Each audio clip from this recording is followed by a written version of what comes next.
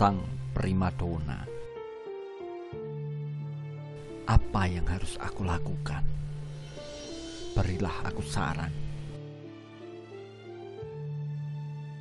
Aku benar-benar pusing apabila masalahku ini berlarut-larut dan aku tidak segera menemukan pemecahannya. Aku khawatir akan berdampak buruk terhadap kondisi kesehatan dan kegiatanku dalam masyarakat. Lebih-lebih terhadap dua permataku yang manis-manis, Gita dan Ragil. Tapi agar jelas, biarlah aku ceritakan lebih dahulu dari awal. Aku lahir dan tumbuh dalam keluarga, katakanlah, kecukupan. Aku dianugerahi Tuhan wajah yang cukup cantik dan perawakan yang menawan. Sejak kecil aku sudah menjadi primadona keluarga. Kedua orang tuaku pun meski tidak memanjakanku, sangat menyayangiku. Di sekolah, mulai SD sampai dengan SMA, aku pun alhamdulillah juga disayangi guru-guru dan kawan-kawanku. Apalagi aku sering mewakili sekolah dalam perlombaan-perlombaan dan tidak jarang aku menjadi juara.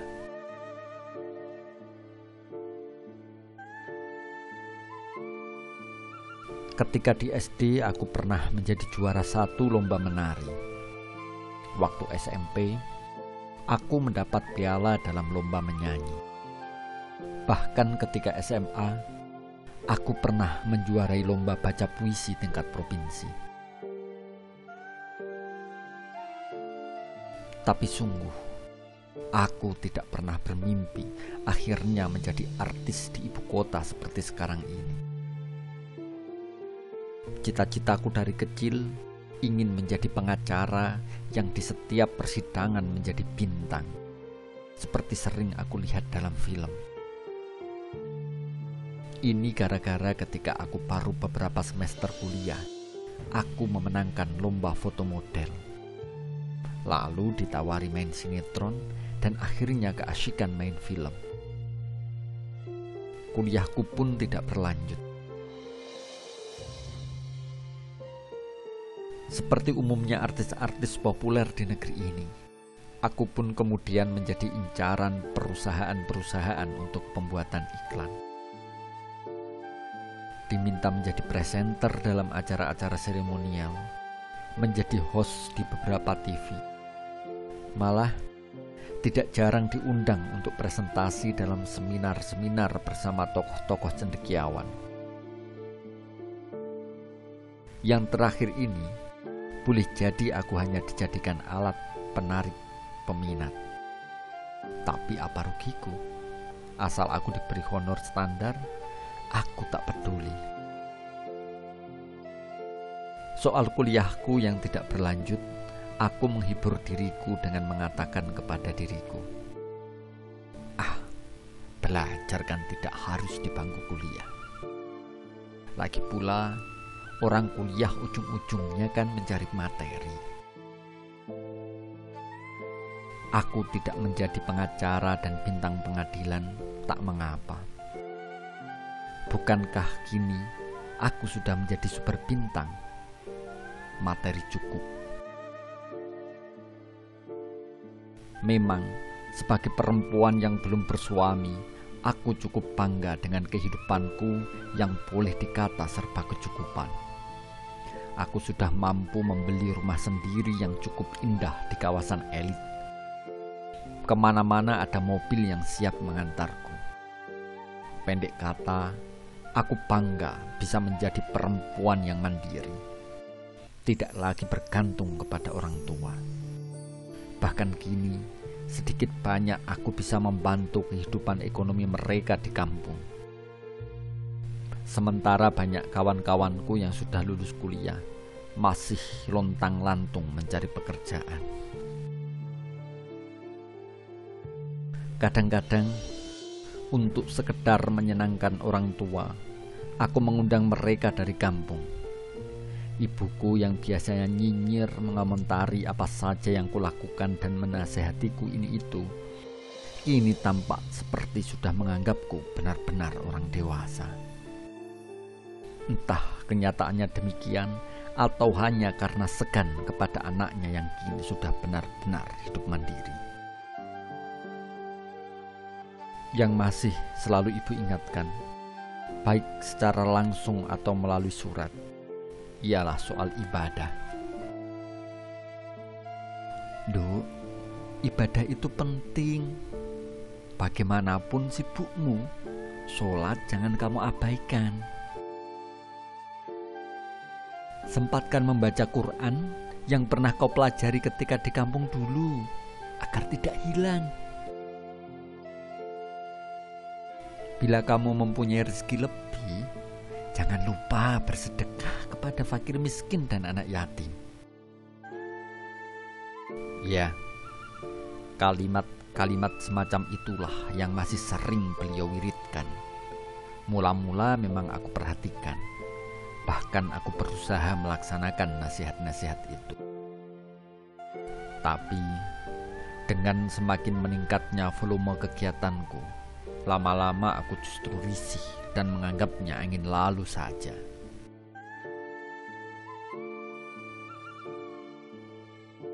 Sebagai artis tenar, tentu saja banyak orang yang mengidolakanku.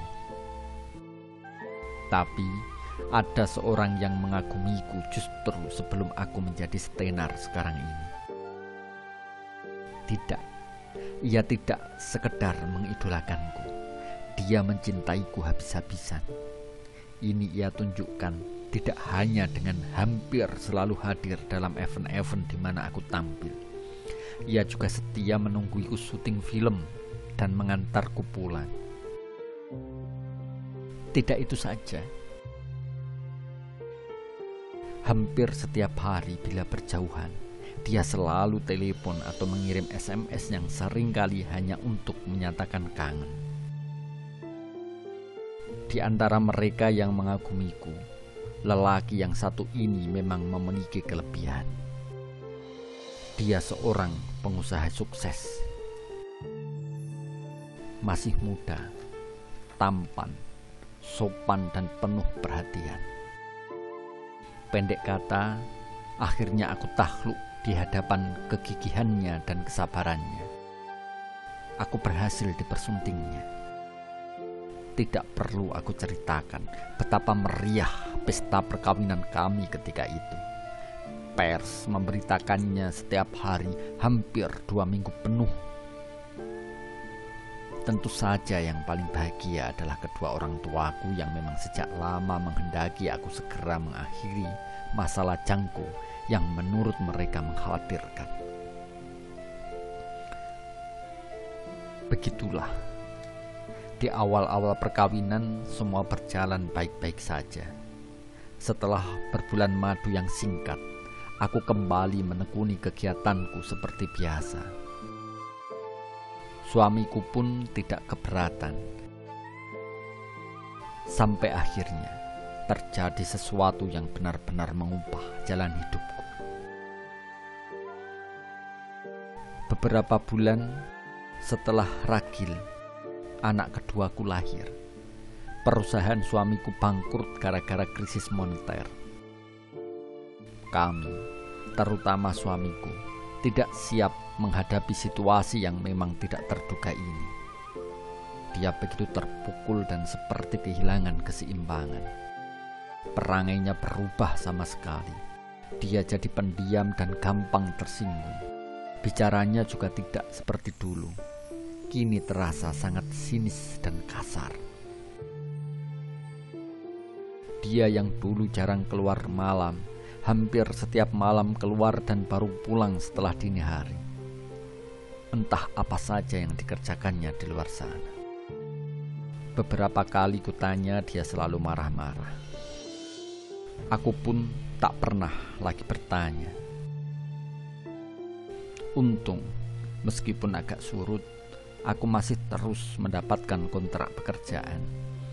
Sehingga dengan sedikit menghemat, kebutuhan hidup sehari-hari tidak terlalu terganggu. Yang terganggu justru keharmonisan hubungan keluarga akibat perubahan perilaku suami. Sepertinya apa saja bisa menjadi masalah. Sepertinya apa saja yang aku lakukan salah di mata suamiku. Sebaliknya menurutku, justru dialah yang tak pernah melakukan hal-hal yang benar. Pertengkaran hampir terjadi setiap hari. Mula-mula aku mengalah. Aku tidak ingin anak-anak menyaksikan orang tua mereka bertengkar. Tapi lama-kelamaan aku tidak tahan. Dan anak-anak pun akhirnya sering mendengar teriakan-teriakan kasar dari mulut-mulut kedua orang tua mereka. Sesuatu yang selama ini kami anggap tabu di rumah. Masya Allah. Aku tak bisa menahan tangisku setiap terbayang tatapan tak mengerti dari kedua anakku ketika menonton pertengkaran kedua orang tua mereka. Sebenarnya, sudah sering beberapa kawan sesama artis mengajakku mengikuti kegiatan yang mereka sebut sebagai pengajian atau siraman rohani. Mereka melaksanakan kegiatan itu secara rutin dan bertempat di rumah mereka secara bergilir. Tapi aku baru mulai tertarik bergabung dalam kegiatan ini setelah kemelut melanda rumah tanggaku. Apakah ini sekedar pelarian? Ataukah mudah-mudahan memang merupakan hidayah Allah? Yang jelas, aku merasa mendapatkan semacam kedamaian saat berada di tengah-tengah majelis pengajian. Ada sesuatu yang menyentuh kalbuku yang terdalam, baik ketika sang ustadz berbicara tentang kefanaan hidup di dunia ini dan kehidupan yang kekal kelak di akhirat, tentang kematian dan amal sebagai bekal, maupun ketika mengajak jamaah berzikir. Setelah itu, aku jadi sering merenung, memikirkan tentang diriku sendiri dan kehidupanku. Aku tidak lagi melayani ajakan bertengkar suami, atau tepatnya, aku tidak mempunyai waktu untuk itu. Aku menjadi semakin rajin mengikuti pengajian. Bukan hanya yang diselenggarakan kawan-kawan artis, tapi juga pengajian-pengajian lain, termasuk yang diadakan di RT-ku. Tidak itu saja, aku juga getol membaca buku-buku keagamaan. Waktuku pun tersita oleh kegiatan-kegiatan di luar rumah. Selain pekerjaanku sebagai artis, aku menikmati kegiatan-kegiatan pengajian. Apalagi setelah salah seorang ustadz mempercayaiku untuk menjadi asistennya. Bila dia berhalangan, aku dimintanya untuk mengisi pengajian. Inilah yang memicu semangatku untuk lebih getol membaca buku-buku keagamaan.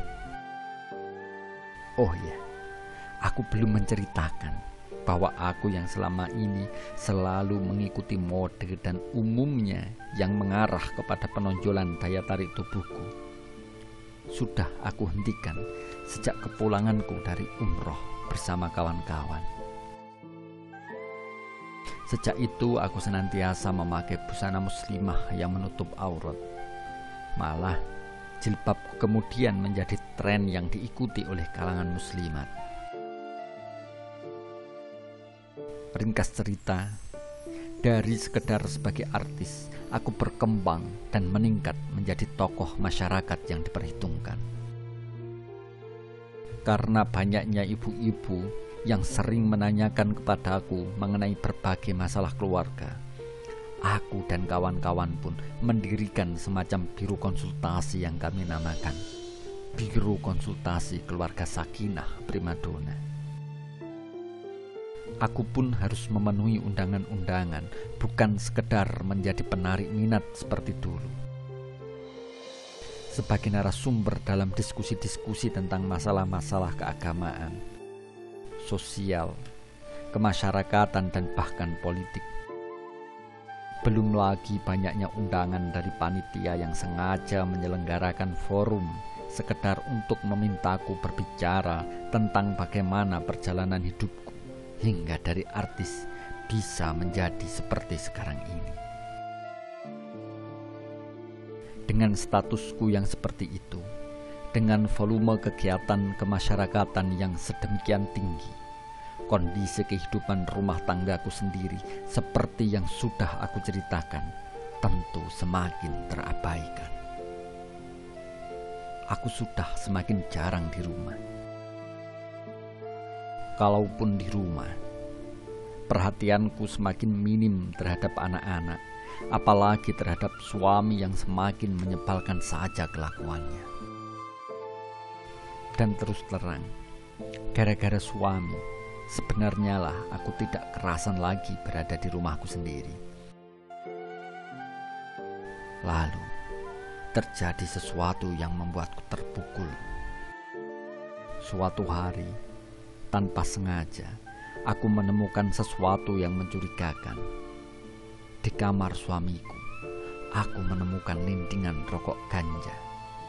Semula aku diam saja, tapi hari-hari berikutnya kutemukan lagi dan lagi.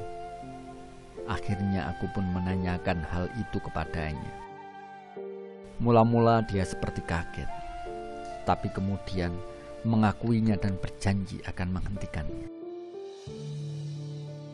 Namun, beberapa lama kemudian aku terkejut setengah mati ketika aku baru naik mobil akan pergi untuk suatu urusan. Sopirku memperlihatkan bungkusan dan berkata, "Ini milik siapa, Bu?" "Apa itu?" tanyaku tak mengerti. "Ini barang berbahaya, Bu," sahutnya khawatir. "Ini ganja, bisa gawat bila ketahuan." Masya Allah, aku mengelus dada sampai sopir kami tahu ada barang semacam ini. Ini sudah keterlaluan. Setelah aku memusnahkan barang itu, aku segera menemui suamiku dan berbicara sambil menangis. Lagi-lagi dia mengaku dan berjanji kapok, tak akan lagi menyentuh barang haram itu. Tapi, seperti sudah aku duga, setelah itu aku masih selalu menemukan barang itu di kamarnya. Aku sempat berpikir, jangan-jangan kelakuannya yang kasar itu akibat kecanduannya mengkonsumsi barang berbahaya itu. Lebih jauh, aku mengkhawatirkan pengaruhnya terhadap anak-anak. Terus terang, aku sudah tidak tahan lagi. Memang terpikir olehku untuk meminta cerai saja, demi kemaslahatanku dan terutama kemaslahatan anak-anakku. Namun, seiring maraknya tren kawin cerai di kalangan artis, banyak pihak, terutama fans-fansku yang menyatakan kagum dan memuji-muji keharmonisan kehidupan rumah tanggaku. Bagaimana mereka ini bila tiba-tiba mendengar, dan pasti akan mendengar, idolanya yang konsultan keluarga sakinah ini bercerai? Yang lebih penting lagi adalah akibatnya pada masa depan anak-anakku. Aku sudah sering mendengar tentang nasib buruk yang menimpa anak-anak dari orang tua yang bercerai. Aku bingung, apa yang harus aku lakukan? Apakah aku harus mengorbankan rumah tanggaku demi kegiatan kemasyarakatanku? Ataukah sebaliknya, aku menghentikan kegiatan kemasyarakatan demi keutuhan rumah tanggaku? Atau bagaimana? Berilah aku saran. Aku benar-benar pusing. Kiai Haji Mustofa Bisri, Jawa Pos, 27 November 2005.